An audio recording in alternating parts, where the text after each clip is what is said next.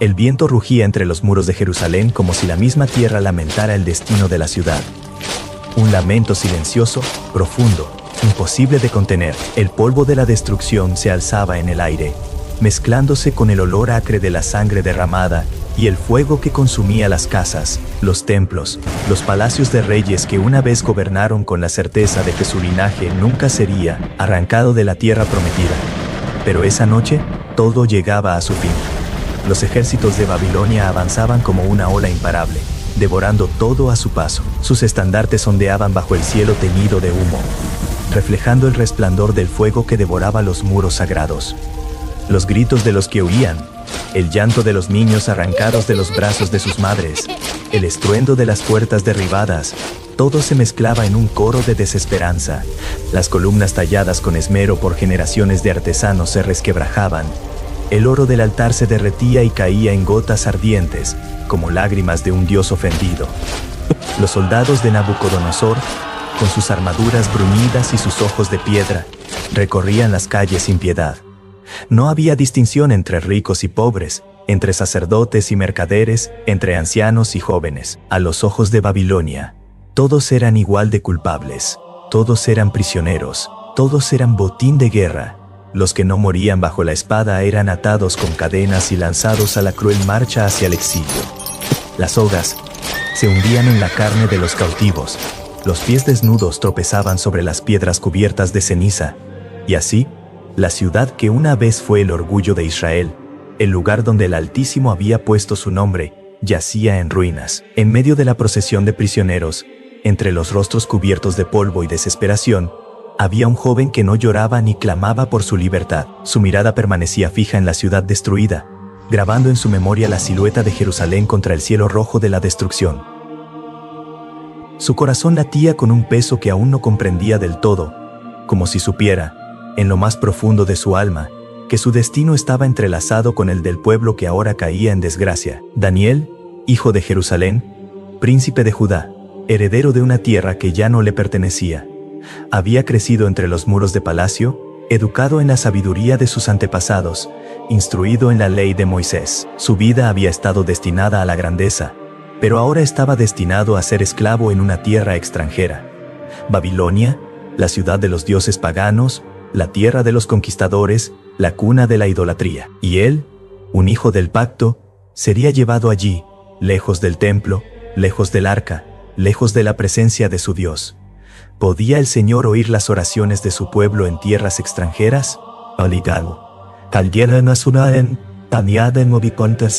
Pueblo en tierras extranjeras. ¿Podía un hebreo seguir siendo fiel cuando todo a su alrededor le ordenaba inclinarse ante los ídolos? No lo sabía. Nadie lo sabía, pero una cosa era cierta: la profecía de Jeremías se había cumplido. El juicio de Dios había caído sobre Israel, y nadie había podido detenerlo. Sus padres, sus maestros, los ancianos que durante años habían advertido que la idolatría traería la ruina, todos habían sido silenciados por la soberbia de un pueblo que creía que nada podría apartarlos del favor de Yahvé. Pero ahora, el pacto parecía roto. Las promesas hechas a David parecían desvanecerse en el viento. El rey estaba encadenado, los sacerdotes muertos o exiliados, el pueblo disperso como hojas secas arrastradas por la tormenta. Pero si Yahvé había prometido juicio, y éste había llegado, ¿no había también prometido restauración?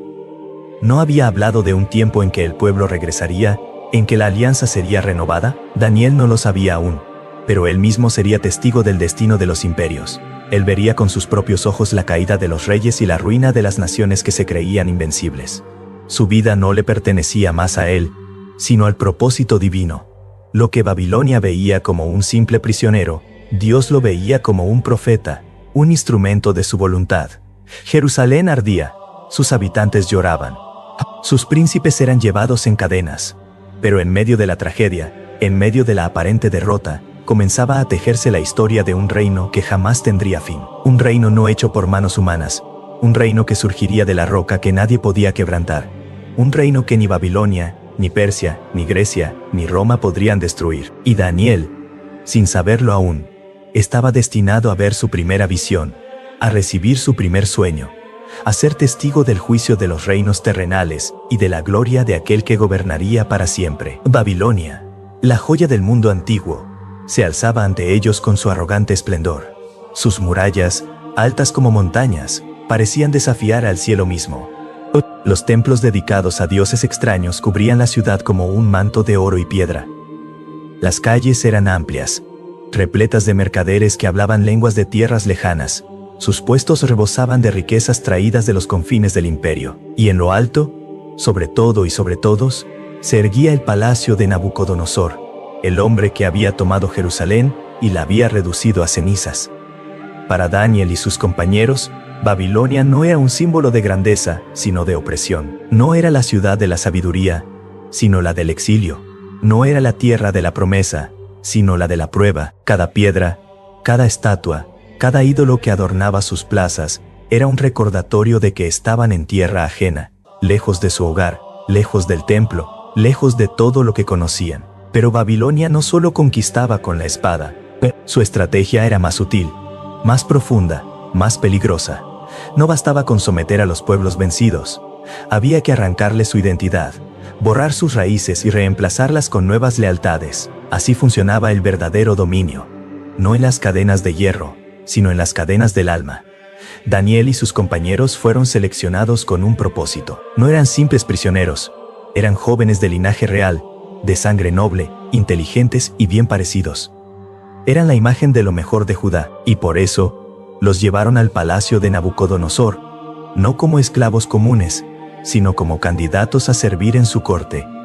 Pero para servir en Babilonia, primero debían ser transformados. Durante 3 años, serían instruidos en la sabiduría de los caldeos.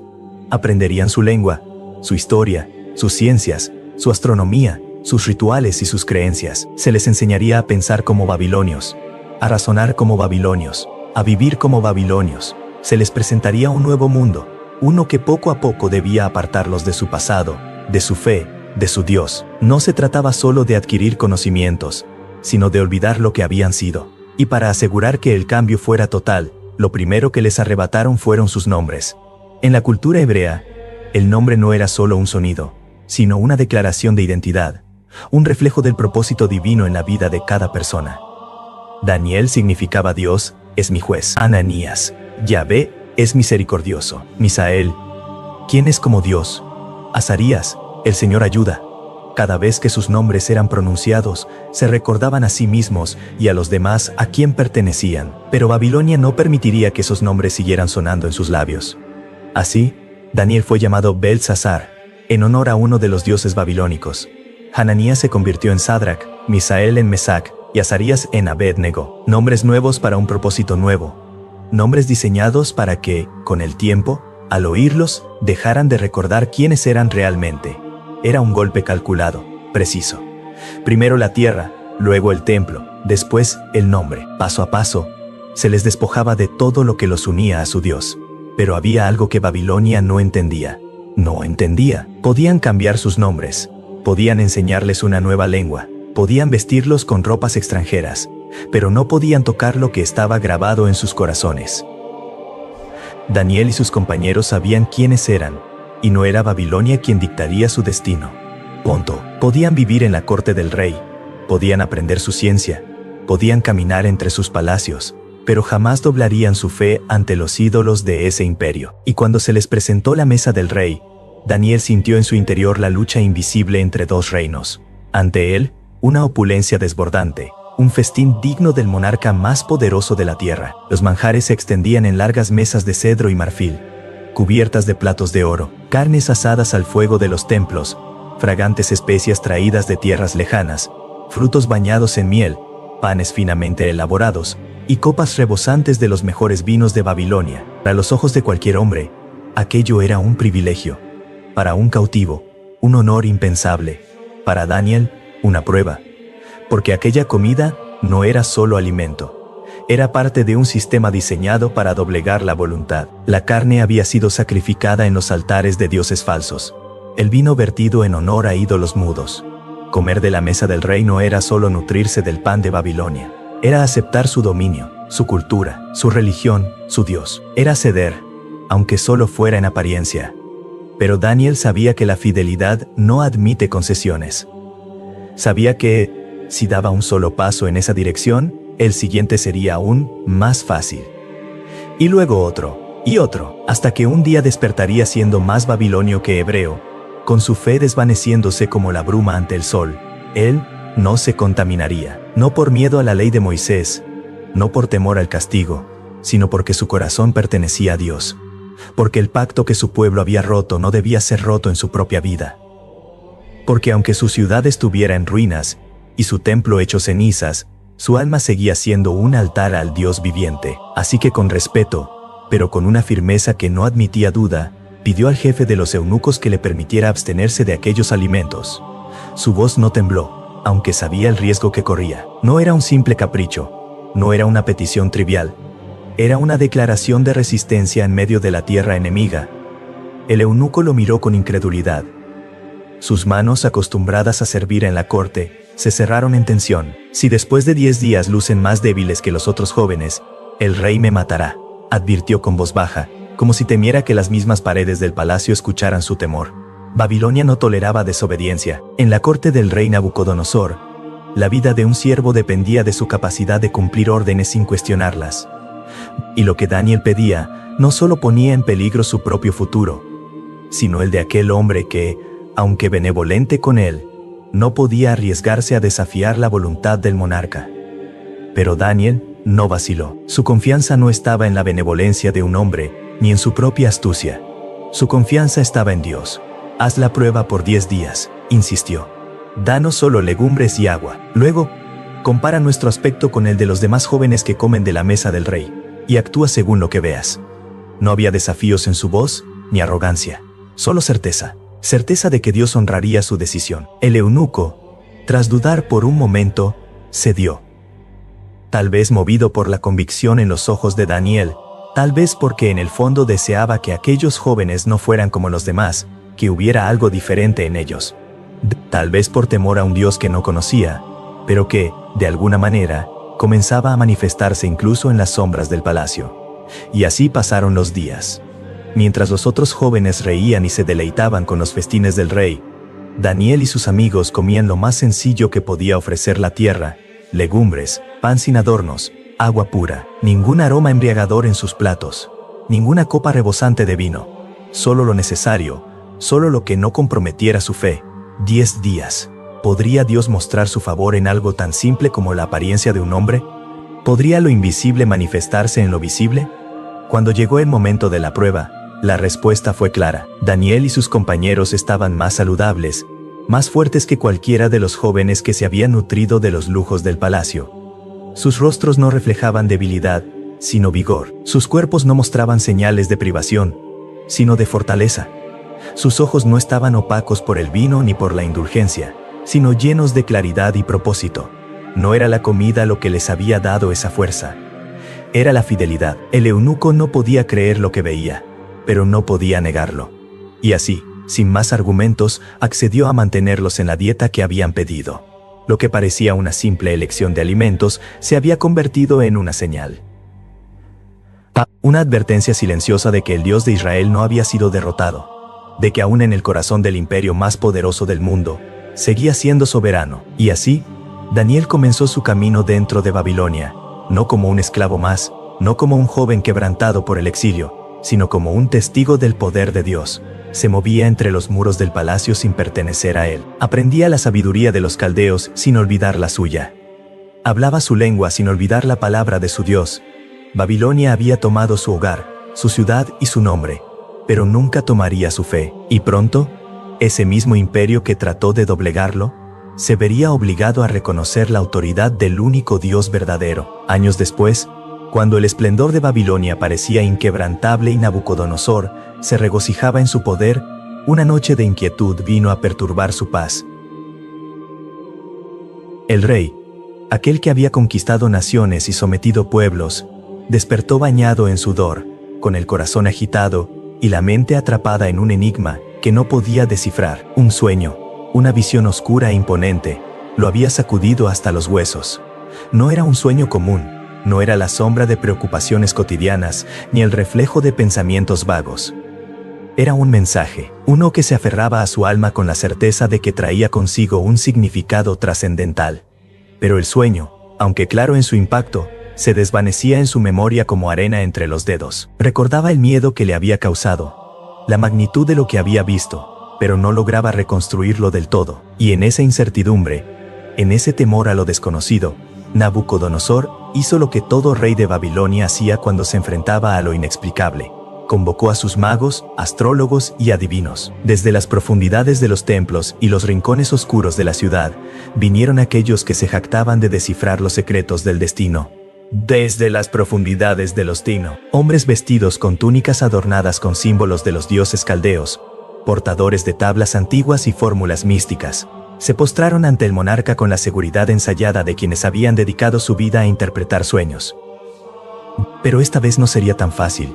«Decidme qué he soñado y su interpretación», ordenó el rey con una voz que resonó como el trueno en el gran salón del palacio.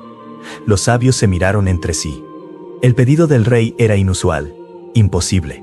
Interpretar un sueño cuando el soñador lo relataba era una cosa, pero adivinarlo sin que fuera revelado, eso estaba más allá del alcance de cualquier hombre. Sin embargo, no podían mostrar debilidad ante Nabucodonosor, así que intentaron la estrategia habitual. «Oh rey, dinos el sueño, y te daremos su interpretación», respondieron, con la esperanza de que su tono reverente aplacara la severidad de la demanda.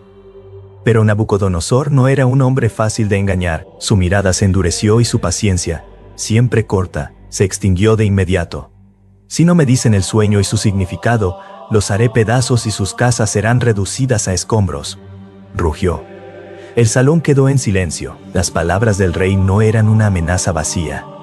Nabucodonosor era conocido por su crueldad tanto como por su poder. Su voluntad era ley, y su furia, un juicio que no conocía misericordia. Los sabios sintieron el sudor frío recorrer sus espaldas.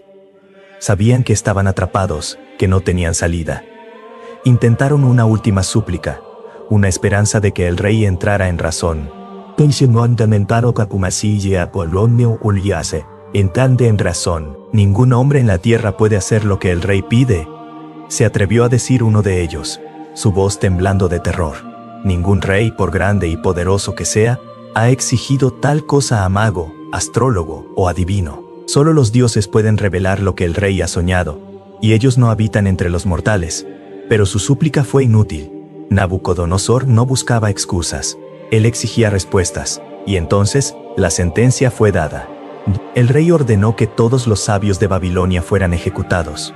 No solo aquellos presentes en la corte, sino todos los que eran considerados parte de esa casta. No habría excepciones. El furor del monarca no conocía límites. Fue entonces cuando la noticia llegó a Daniel. Él, quien había permanecido en la sombra del palacio, sirviendo con sabiduría y prudencia, ahora se veía arrastrado a una crisis mortal. Aunque no había estado presente en la reunión con el rey, su destino estaba unido al de los demás sabios de Babilonia. Si la orden de ejecución se llevaba a cabo, él y sus compañeros perecerían junto con los adivinos y magos. Pero Daniel no era como los otros. Él no confiaba en fórmulas humanas ni en los falsos dioses de Babilonia. Su refugio no estaba en la astrología ni en la adivinación, sino en el Dios Altísimo, el único que revela los misterios ocultos. Con calma, sin miedo, pidió audiencia con el rey. Y cuando se presentó ante él, no hubo súplicas desesperadas ni palabras vacías. Solo una petición serena: «Dadme un poco de tiempo, oh rey, y os revelaré el sueño y su significado». Cuando Daniel escuchó el decreto de muerte, no sintió pánico ni desesperación. No corrió en busca de influencias en la corte, ni intentó negociar con los verdugos. En lugar de eso, buscó la única fuente de poder verdadero. Reunió a sus amigos, Hananías, Misael y Azarías, y juntos se postraron en oración. En la intimidad de su aposento, lejos del ruido de los palacios y de la arrogancia de los hombres, clamaron al Dios del cielo. Sabían que la sabiduría humana había fallado. Los magos y astrólogos, con todos sus conjuros y conocimientos ocultos, no pudieron revelar el misterio del sueño del rey. Pero Dios no es como los dioses de Babilonia. Él oye, Él ve, Él ve. Él responde. Esa noche, en un susurro divino que solo los fieles pueden comprender, Dios le reveló el secreto a Daniel. No fue una deducción, ni una suposición, ni un acto de astucia. Fue una revelación directa del Altísimo. Daniel vio el sueño como si hubiera estado en la mente de Nabucodonosor en el mismo instante en que fue dado.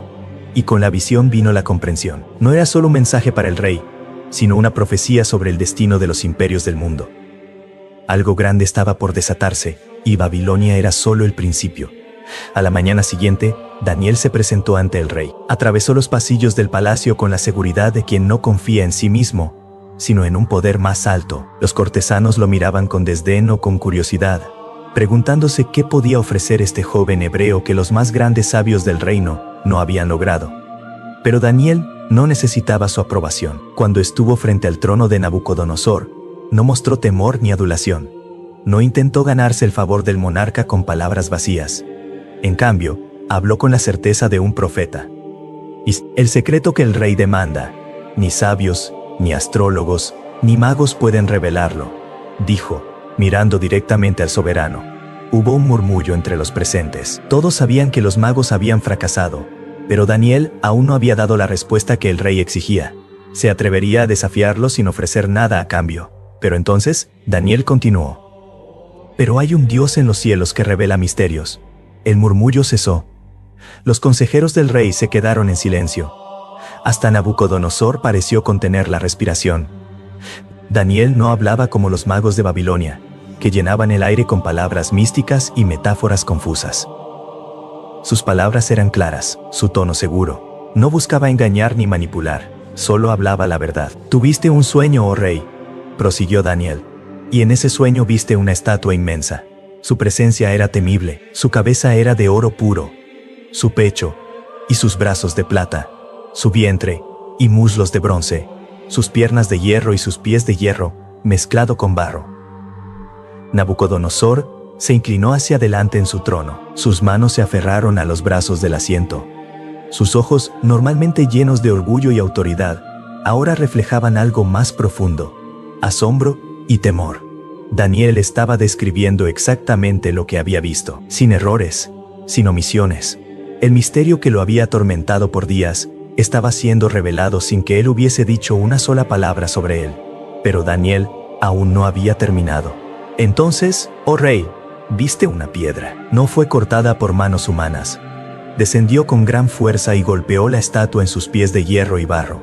Y la estatua se desplomó, se desmenuzó. No quedó rastro de ella como paja llevada por el viento, pero la piedra creció y se convirtió en una gran montaña que llenó toda la tierra. El salón quedó en absoluto silencio. Todos los presentes contuvieron el aliento, esperando la reacción del rey. Pero Nabucodonosor no habló. Su rostro estaba pálido. Esa era la visión exacta. No había duda de que Daniel decía la verdad, pero aún faltaba lo más importante. Explícame el significado. Explícame el significado, exigió Nabucodonosor, su voz vibrando con una mezcla de expectación y ansiedad. Daniel asintió. Ya no era solo cuestión de repetir el sueño. Ahora venía el mensaje que Nabucodonosor no quería escuchar. Tú, oh rey, eres la cabeza de oro, dijo Daniel, y por un instante, el orgullo habitual del monarca pareció regresar a su rostro. Oro, la más preciosa de las riquezas, la cima del poder. Babilonia era el reino glorioso, y él, su gobernante absoluto. Pero Daniel continuó. Después de ti, se levantará otro reino, inferior al tuyo, como la plata es inferior al oro. Luego vendrá un tercer reino, de bronce, que dominará sobre la tierra. Y tras él, un cuarto reino, fuerte como el hierro, que todo lo quebranta y desmenuza.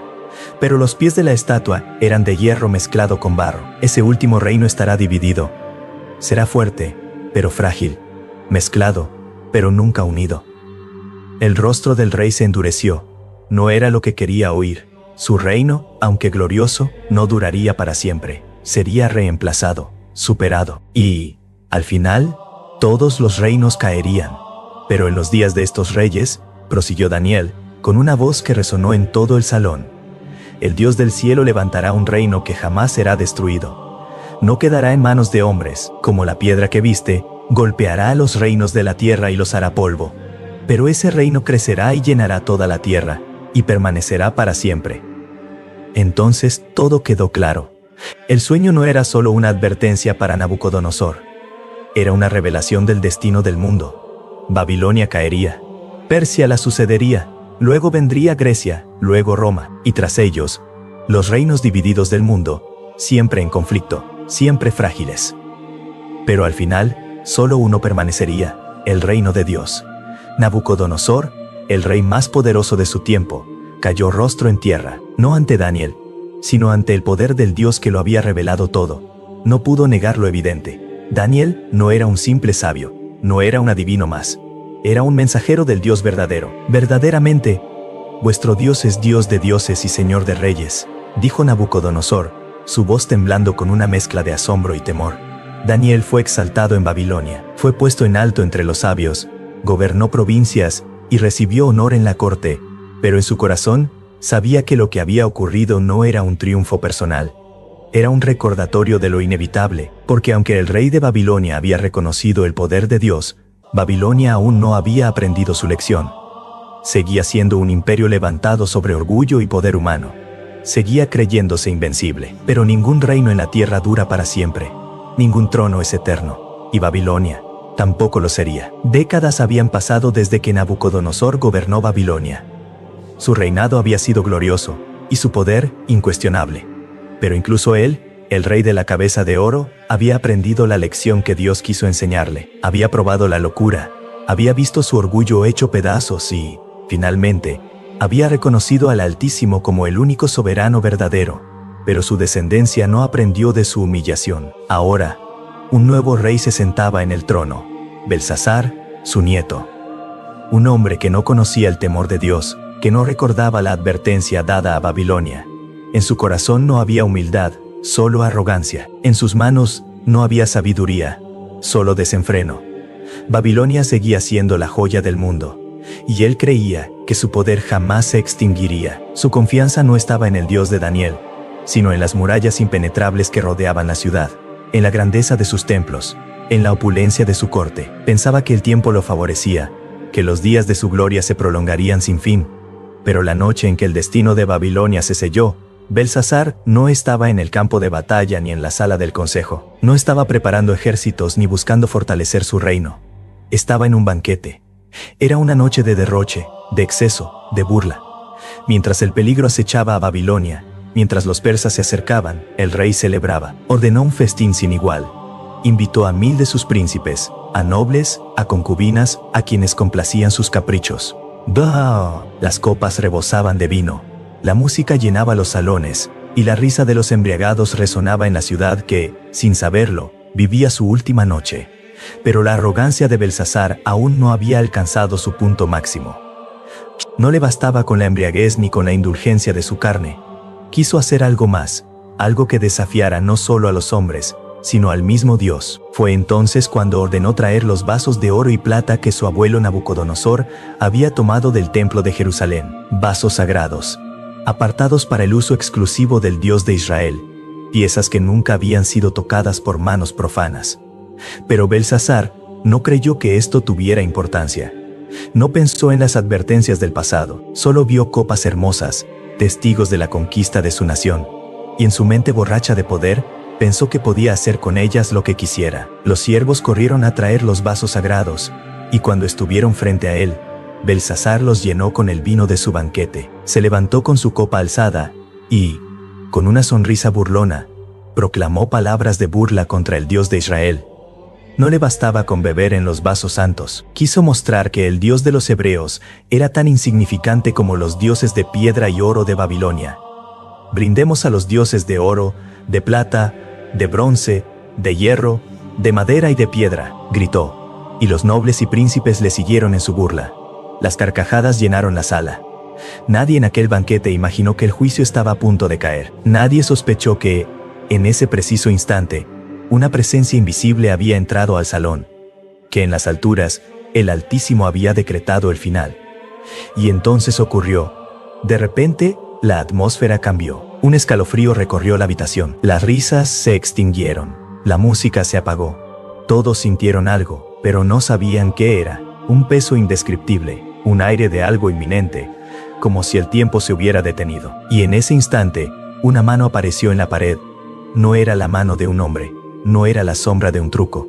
Era una mano real, una que brillaba con un resplandor que no pertenecía a este mundo. Se movió lenta, majestuosa, con una intención que hizo que la sangre de los presentes se helara en sus venas, y con un dedo poderoso, comenzó a escribir sobre la pared del palacio: Mene, Mene, Tekel, Uparsin. Belsasar sintió que su rostro palidecía. Un temblor incontrolable recorrió su cuerpo. Sus piernas se debilitaron. Su corazón golpeaba su pecho con furia. Nunca había visto algo así. Ningún mago, ningún sabio, ningún hechicero de Babilonia podía haber hecho esto. Era algo más. Algo que escapaba al poder de los hombres. La mano se desvaneció, pero las palabras quedaron grabadas en la pared como fuego eterno. Un mensaje incomprensible para los ojos humanos, pero que llevaba un peso tan grande que todos supieron que no era un buen augurio. El terror se apoderó del rey. Su banquete, su orgullo, su burla, todo se desvaneció en un instante. Belsasar, el gobernante de la nación más poderosa del mundo, estaba ahora reducido a un hombre tembloroso, desesperado por entender qué significaba aquel mensaje. Con voz entrecortada, gritó: «Traed a los sabios, a los astrólogos, a los adivinos, que me digan lo que dice la escritura». Los magos llegaron apresurados, miraron las palabras en la pared, intentaron descifrarlas, pero no pudieron. No eran caracteres extraños. No era un idioma desconocido. Y sin embargo, las palabras se resistían a ser comprendidas. Eran más que símbolos, eran un juicio. Belsasar, viendo que nadie podía interpretar el mensaje, prometió recompensas a quien pudiera descifrarlo. Quien me revele su significado será vestido de púrpura, llevará un collar de oro y será el tercero en el reino, anunció con desesperación. Pero nadie pudo dar una respuesta. Entonces, una voz se alzó entre la multitud. Una anciana, la reina madre, habló. No estaba embriagada como los demás, no temblaba como el rey. Ella recordaba. Fue entonces cuando una voz se alzó por encima del murmullo de los nobles. En los días de tu abuelo hubo un hombre. Era la reina madre quien hablaba, una mujer que aún recordaba las advertencias del pasado. Ella no temía como los demás. Había visto lo que el Dios de Israel era capaz de hacer. Había sido testigo del tiempo en que Nabucodonosor, en su orgullo, fue reducido a la condición de una bestia, comiendo hierba como los bueyes. Y ahora, viendo el destino acercarse a Babilonia una vez más, comprendió que solo un hombre podía revelar la verdad. En él mora el espíritu de los dioses santos, continuó. En tiempos pasados, interpretó sueños y resolvió misterios imposibles para los sabios de esta tierra. Su nombre es Daniel. El nombre resonó en la sala. Algunos recordaban a aquel anciano hebreo que en su juventud había desafiado a los sabios de Babilonia, con una sabiduría que no provenía de los hombres, sino del Dios al que servía. Belsasar no tenía opción. Lo mandó traer de inmediato. Cuando Daniel entró en el gran salón, todos los ojos se posaron en él. Sus pasos eran firmes, su rostro sereno. No se inmutó ante la desesperación del rey ni ante la mirada inquieta de los nobles. Era un hombre que ya conocía el juicio de Dios, que había visto antes lo que ocurría cuando un gobernante desafiaba al Altísimo. Belsasar se aferró a la única esperanza que le quedaba. «He oído de ti», dijo, con la voz quebrada. «He oído de ti», dijo, con la voz quebrada, «que en ti hay sabiduría, que puedes interpretar misterios. Si puedes leer esta escritura y darme su interpretación, serás vestido de púrpura, llevarás un collar de oro y serás el tercero en el reino». Pero Daniel no estaba impresionado por las riquezas ni por los títulos de Babilonia. Él sabía que esa noche era el fin de la ciudad, y que la gloria de Belsasar estaba a punto de desvanecerse como la brisa de la madrugada. «Guarda tus dones para ti», respondió, «y da tus recompensas a otro. Aún así, leeré la escritura y te daré la interpretación». El anciano levantó la vista hacia la pared y contempló las palabras resplandecientes. El juicio estaba dictado. No había forma de evitarlo. «Mene, Dios ha contado los días de tu reino y ha puesto fin a él». El silencio en la sala se hizo más profundo. Belsasar sintió un escalofrío recorrer su espalda. Su reino, aquel imperio que creía inquebrantable, estaba contado. Su tiempo había terminado. Tekel ha sido pesado en balanza y hallado falto. El peso del juicio cayó sobre sus hombros. No solo su reino, sino él mismo había sido examinado. Había sido puesto en la balanza de Dios y no había encontrado en él justicia, ni humildad, ni rectitud. Su vida había sido una vida de orgullo, de burla, de blasfemia. Y ahora, en el momento final, no había nada que lo redimiera. Uparsin, tu reino será dividido y entregado a los medos y persas. La sentencia estaba dictada. Babilonia caería esa misma noche, no por una rebelión interna, no por una traición palaciega, sino porque Dios mismo había decretado su fin. El impacto de las palabras de Daniel fue como un golpe en el pecho de Belsasar. Se hundió en su trono, sintiendo que la realidad lo devoraba. No había marcha atrás. Babilonia, la gran Babilonia, estaba perdida. Pero en su ceguera, el rey aún intentó mantener la apariencia de control. Con un gesto débil, ordenó que Daniel fuera vestido de púrpura y que el collar de oro le fuera colocado en el cuello. Lo proclamó el tercero en el reino, pero era un título sin sentido, porque ese mismo reino estaba condenado. Esa misma noche, mientras las luces del festín aún titilaban en el palacio, el enemigo entró en la ciudad. El río Éufrates, que había sido la protección de Babilonia, se convirtió en su debilidad. Mientras el rey y sus nobles bebían y se burlaban, los ejércitos persas, dirigidos por Ciro y los medos, desviaron las aguas del río. La gran barrera que protegía la ciudad se redujo a un simple cauce seco, y por allí, sin resistencia, el ejército enemigo entró en las calles silenciosas de Babilonia. Nadie estaba preparado. No hubo batalla, no hubo advertencias. En un instante, los persas se apoderaron de la ciudad. Y en medio del caos, Belsasar fue asesinado. La era de los caldeos terminó. Babilonia, la ciudad que había creído ser eterna, la ciudad de los reyes arrogantes, la ciudad que despreció la voz del Altísimo, cayó en una sola noche. El juicio de Dios se cumplió, y las palabras escritas en el muro ardieron en la historia como un recordatorio de que ningún reino de los hombres puede desafiar al Eterno y permanecer. Bajo el dominio de los persas, Daniel se convirtió en un hombre de gran influencia. Su sabiduría y su integridad lo distinguieron entre los gobernadores y sátrapas del reino, ganándose el favor del rey Darío. No era un joven impulsivo como cuando interpretó el sueño de Nabucodonosor, sino un anciano de fe inquebrantable, un hombre cuya vida había sido moldeada por la disciplina y la convicción de que solo Dios tiene el control de los reinos de Luna. Y me dice, tiene el control de los reinos de la tierra. El rey Darío reconoció su valor y lo promovió a la más alta posición del reino, por encima de los demás príncipes y gobernantes. Pero en las sombras, la envidia crecía. Los otros oficiales, celosos de la prominencia de Daniel, conspiraban en su contra. No encontraban en él corrupción ni negligencia. Era irreprochable en su labor y fiel a su Dios. Fue entonces cuando tramaron un plan. Sabían que la única manera de hacerlo caer sería atacando lo que más valoraba, su fe. Se acercaron al rey con palabras aduladoras. «Oh, rey Darío, vive para siempre. Hemos acordado que es conveniente que durante 30 días nadie haga petición a Dios o hombre alguno, sino solo a ti, oh rey. Así se fortalecerá tu autoridad y tu grandeza será reconocida por todos». El rey, halagado por la propuesta, firmó el decreto. Según la ley de los medos y persas, una vez sellado, no podía ser revocado. Pero Daniel no se doblegó. Cuando supo del edicto, no cambió su costumbre. No buscó esconderse ni orar en secreto. Subió a la cámara alta de su casa, como lo hacía cada día, abrió las ventanas que daban hacia Jerusalén y de rodillas elevó su oración. 3 veces al día, sin temor, sin titubeos, porque su lealtad no estaba en los decretos de los hombres, sino en el Dios que gobierna sobre todo. Sus enemigos lo estaban esperando.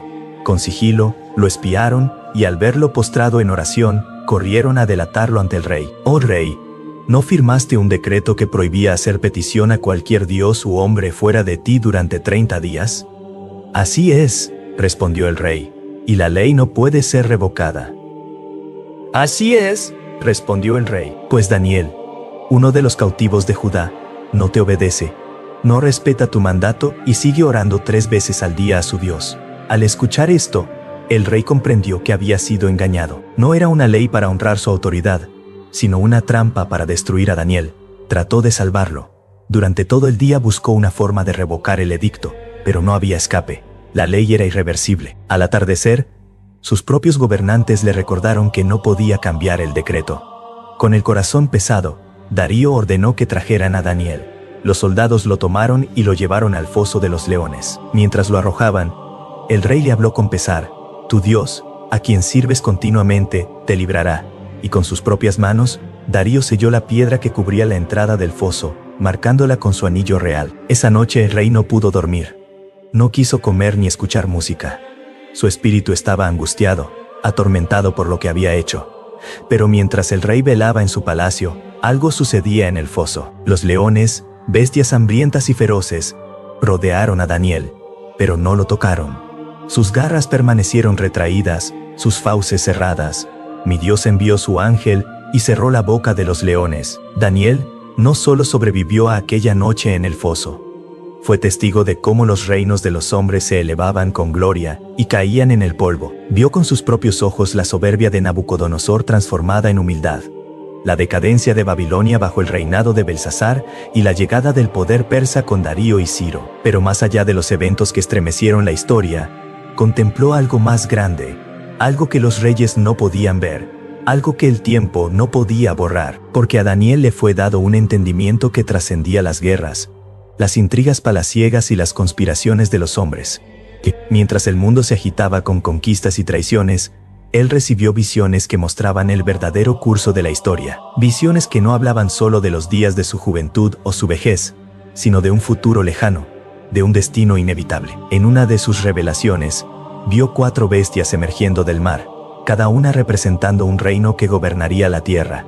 una como un león con alas de águila, otra como un oso que devoraba carne, una tercera como un leopardo con alas, y la última, una bestia terrible y espantosa, con dientes de hierro, que pisoteaba y despedazaba todo a su paso. Y en medio de estas visiones, entre la furia de los reinos y la voracidad del poder, Daniel vio algo que ningún emperador pudo imaginar.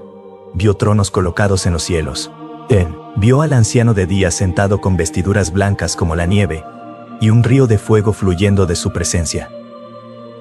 Y entre las nubes del cielo, apareció uno como hijo de hombre, a quien se le dio dominio, gloria y reino, un reino que nunca será destruido. Este era el mensaje que debía ser comprendido, porque los imperios caen. El esplendor de Babilonia se desmoronó en una sola noche. Los persas gobernaron con firmeza, pero también cedieron ante la marcha del tiempo. Grecia llegó con su fulgor y cayó bajo la sombra de Roma, y Roma, con todo su poder, se quebrantó en fragmentos. Todo lo que el hombre construye, todo lo que la ambición levanta, está destinado a desvanecerse. Los palacios de oro, las estatuas de los reyes, las ciudades fortificadas que se creen invencibles, todo se desmorona cuando la mano del Altísimo escribe su juicio. Pero hay un reino que no caerá, uno que no depende de ejércitos ni de riquezas, un reino que no se sustenta en la fuerza de las espadas ni en la astucia de los gobernantes, un reino eterno, que ya fue establecido y que, cuando llegue el tiempo señalado, aplastará a todos los demás. Daniel comprendió que su historia no era solo un relato del pasado, sino una advertencia para el futuro, porque los hombres siguen creyendo que el poder es eterno. Siguen levantando torres y murallas, confiando en su dominio, ignorando las señales. Se burlan de la idea de que hay un juicio, de que hay un Dios que pesa en balanza los corazones y determina el destino de las naciones. Pero la mano que escribió en los muros de Babilonia sigue escribiendo. El mensaje sigue siendo el mismo. Mene, Mene, Tekel, Uparsin. El tiempo de los imperios es contado. El juicio viene, porque lo que fue será, y lo que sucedió en tiempos de Daniel volverá a suceder. Los gobernantes de la tierra se enaltecen. Los hombres confían en su riqueza, en su poder, en sus ejércitos. Pero todo esto es humo ante los ojos de Dios. Todo esto se desvanece cuando llega el momento señalado. Daniel vio lo que pocos pueden ver. Y su historia, su fe, su valentía en medio del foso de los leones, son un recordatorio de que aquellos que confían en el Altísimo no serán abandonados. Porque cuando el juicio caiga, cuando los tronos de la tierra sean derribados, cuando los poderosos tiemblen al ver su reino desmoronarse, solo habrá un reino que permanecerá, el reino de Dios, un reino que no tendrá fin.